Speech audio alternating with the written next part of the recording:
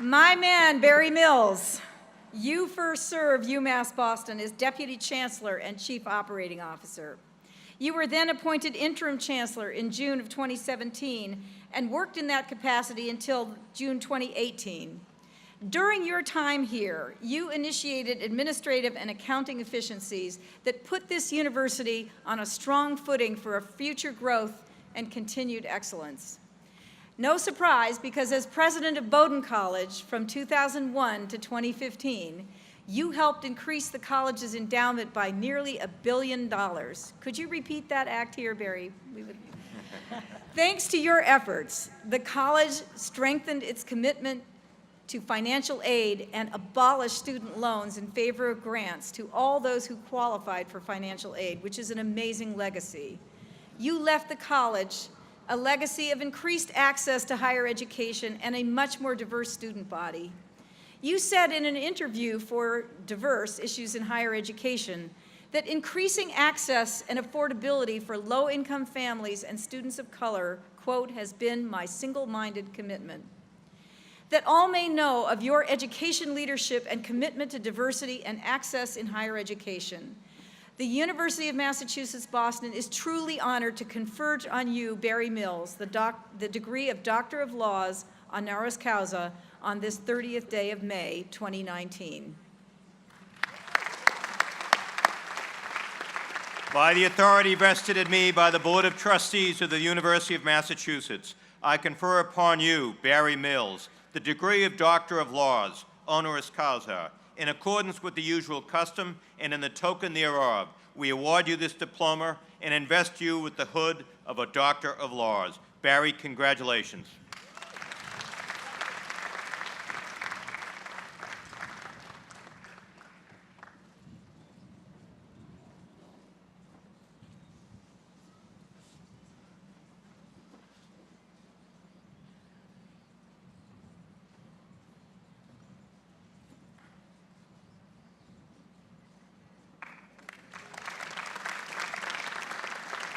And now we have a special treat, our 2019 commencement address. Please welcome again our good friend, Barry Mills.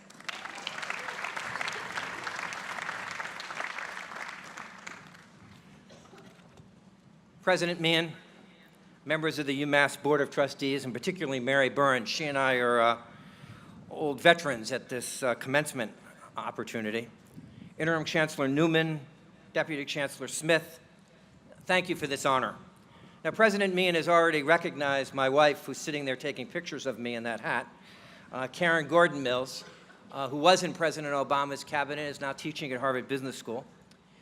And we do have 3 sons, but only one of them is here today. That's that guy over there, Will. And Will is among the bravest and brightest guys that I know.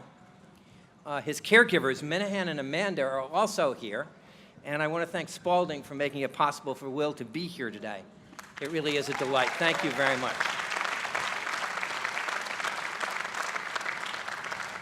So although my connection to UMass Boston was relatively brief, I do have a great affinity for this university and am beyond proud to be an official member of the UMass Boston community. It is simply terrific, really terrific, to be back among so many folks I became so close to over recent years.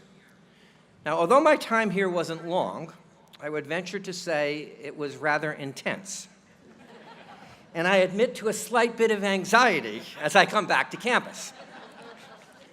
But as we sit here today, among all the talented students receiving degrees, I reflect on what is now an unbelievably beautiful campus, with a brand new dorm and important plans for the future that are responsible and realistic.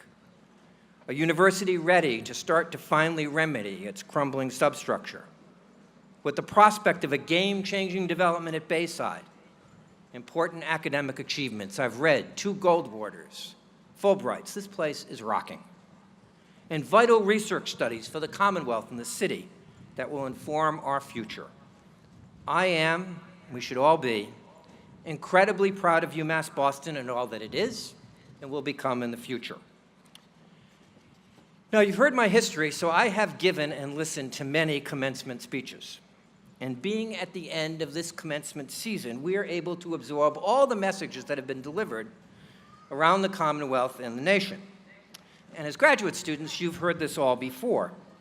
We've been told to be optimistic and resilient, to avoid bad advice, to create your own challenges, to follow your passion or not, to find what works for you, that going to work every day isn't fun, to act out, and that old standby to get in the game politically. So for the sake of brevity, I incorporate all those messages. You have them all. But sadly, I have to admit I am not in a financial position to do what one commencement speaker did this year at Morehouse College, pay off all your student debt. Sorry. But today I have two brief messages to leave with you. One is about you as you begin your careers after your graduate education. And the other, and I think it's important to note this, is the importance of UMass Boston. I congratulate each of you for earning your graduate degree. This is hard work. And the optimism and resilience each of you has shown is impressive. As we've heard, nearly all of you have at least one job while studying for your degree. Many of you have children, all of you have families, many of you commute to what we think of as this very accessible campus, not so much. You balanced all those responsibilities with your graduate studies, and today you move on to that next stage. It's incredibly impressive. But here's the message. Your graduate training is both door opening and potentially door closing in the way you approach the world. Whether you realize it or not at this point, you've been educated to think and approach problems and issues through the lens of your discipline. If you have an MBA, so you think in numbers and business concepts, or you're a nurse, so you think in data-driven outcomes in the delivery of service. You're a writer or a gerontologist, an English scholar, a biologist, an economist, a computer scientist, or an educator. You have been educated to understand that you are an expert in your field. And a byproduct of that education could be a self-limiting bias that somehow you're not qualified to delve into other areas where you've not been trained. For me, I'm always accused of thinking like a lawyer. And by the way, never as a biologist, maybe once, but not very often. So while it's important to be humble about what you know and what you don't as an expert, as citizens or residents of this Commonwealth and the nation and the world, it's important for you to be engaged in all the important issues of our time and consider these issues through the lens of your expertise, but to be fearless in your engagement and not leave the issues to the experts. Utilize the analytic and holistic skills you develop through your studies to consider and to get genuinely informed on issues outside your field. Don't leave it to the experts. Get informed and get involved. Climate change, not just an issue for the scientists, but we know that. Gene splicing, hardly just an issue for the biologists. Technology, for sure, not just an issue for the computer scientists. The economics and future of UMass Boston, certainly not just an issue for administrators, finance folks, and politicians. We must all be informed and participate. In that process of getting educated and informed, take note that so much information out there is curated by perspective and provided by those seeking to influence for political or economic gain. Guard against that single voice, whether loudly or subtly delivered. Our society needs all our perspectives, the perspectives of the experts and the wisdom and judgment of an informed community. And so, how do you do this? So my suggestion to you, and the best way to get engaged and informed, it's actually not so obvious, but here it is. Read. Read, but read critically. Read every day. Fiction, nonfiction, history, literature, poetry, science, newspapers, blogs about our society and other societies. Read about the past and read about the future. Read about the possible and the seemingly impossible. If you make a life habit of reading, you will continue to expand your mind and your connection to the important issues of the day, in an informed and thoughtful perspective. We all have a voice, but that voice is most valuable if it is exercised and challenged to learn and mature. So message number one, guard against the limitations of your discipline and the way you approach the world, and read. Now to education. I've spent the better part of the last 20 years in higher education. Today, we find the value of education challenged, principally because of the focus on whether education prepares students to be job-ready immediately, and in addition, because of the crushing debt many students incur to go to school. Even the Boston Globe recently poked fun at commencement speakers for extolling the value of education at a time where the value proposition is in question because of cost and student debt. To be clear, the cost of higher education is real. The student debt issue is compelling, vital, and in many cases tragic, especially if you don't get that degree. But the argument that higher education is frivolous, or a frivolous waste of time or unnecessary in a world that is increasingly technological, plagued by societal issues, challenged by climate change, and dominated by nationalistic perspectives, is an argument that cannot be supported by serious people committed to a better world for our families and future generations. Education is about getting ready to be employed, but more importantly, it's about gaining the sensibilities and the judgments to be engaged participants in our society, committed to social justice and the common good. So let us state clearly here today, and without doubt, education, including higher education, is a fundamental right and must be an opportunity available for everyone.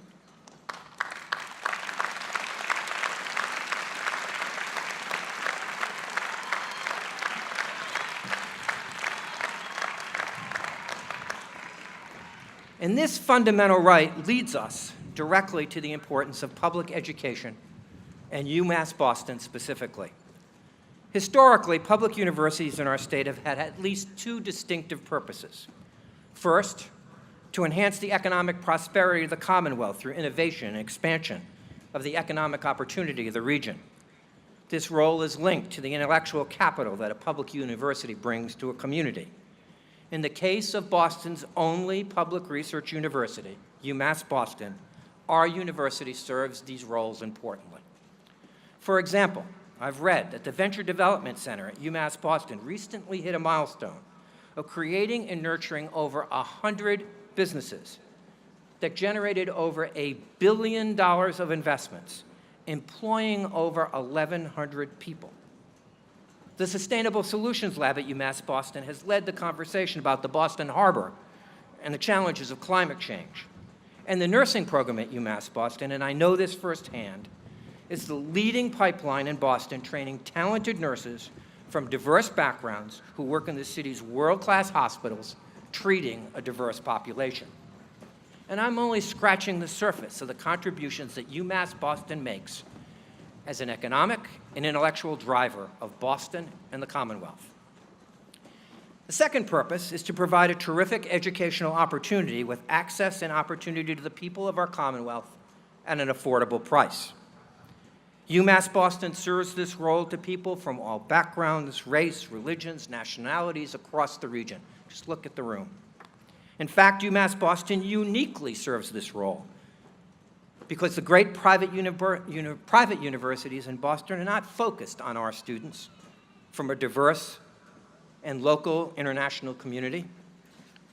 UMass Boston delivers on this promise in the model of a modern university that focuses its success not on the basis of the limits put on the access to the education through academic qualifications, but rather we deliver on this promise by results.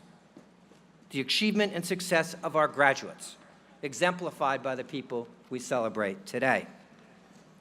One must only look to the demographics of the Commonwealth to understand that this is our time in public education, and that UMass Boston is even more central.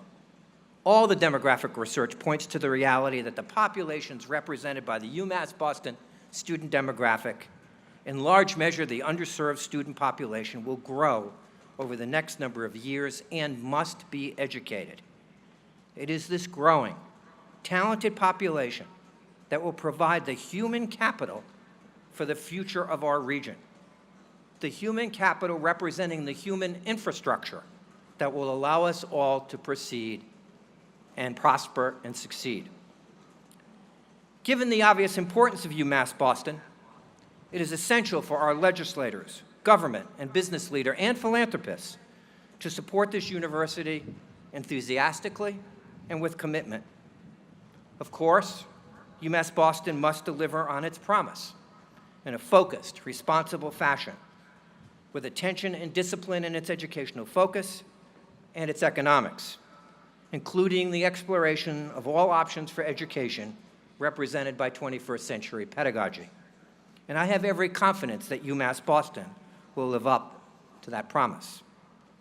To that end, each and every one of you sitting here today has an important role in the future of UMass Boston. First, I implore all of you to make sure you vote. Vote for and support elected officials who demonstrate a genuine commitment to public education and a commitment to UMass Boston specifically.